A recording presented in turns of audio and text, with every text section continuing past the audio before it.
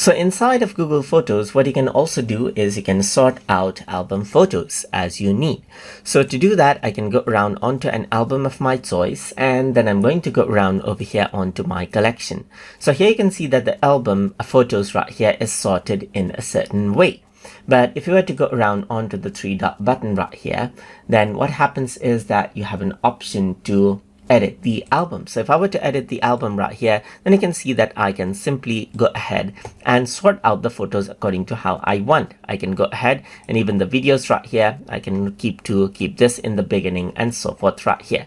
Simply, I can sort it the way I want. If I were to press the checkmark button now, then you can see that the photo now has been sorted out like this. So if I were to go back right here, you can see that this is the album, and this is the sorted out photo right here in a new method, a new sequence, as you can see right here.